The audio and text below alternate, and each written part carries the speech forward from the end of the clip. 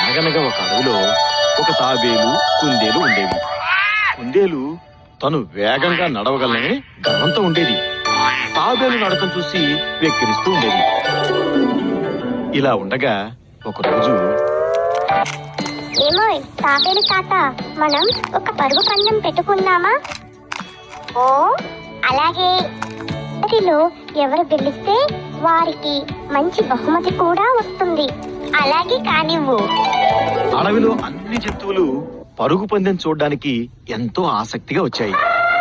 ఇక్కడ నుండి దూరంగా కనిపించే కొండను ఎవరు ముందు చేరుకుంటారో వారు గెలిచినట్టు. అలాగే పందెం మొదలైంది.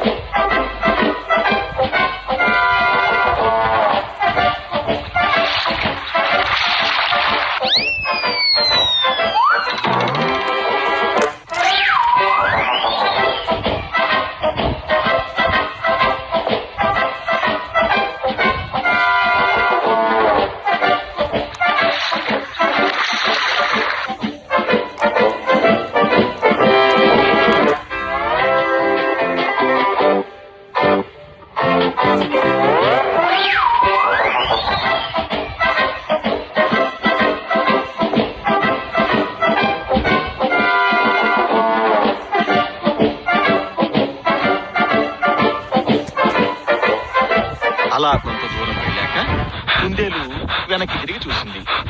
తాబేలు దగ్గరలో ఎక్కడా కనిపించలేదు. ఈ తాబేలు ఇప్పుడప్పుడే రాదులే, కాసేపు విశ్రాంతి తీసుకుంటాను.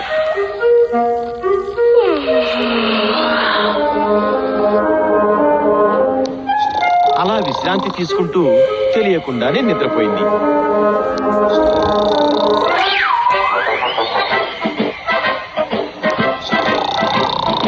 తాబేలు నెమ్మదిగా కుందేలును సమర్పించి చప్పుడు చేయకుండా దాటుకుంటూ ముందుకు సాగిపోయింది.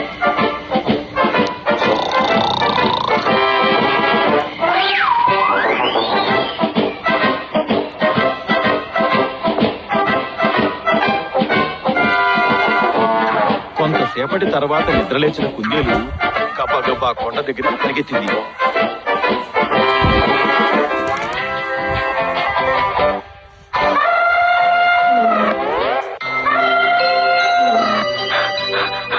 అప్పటికే అక్కడికి చేరుకున్న తాబేలును చూసి, మిత్రమా క్షమించు, నువ్వే గెలిచావు.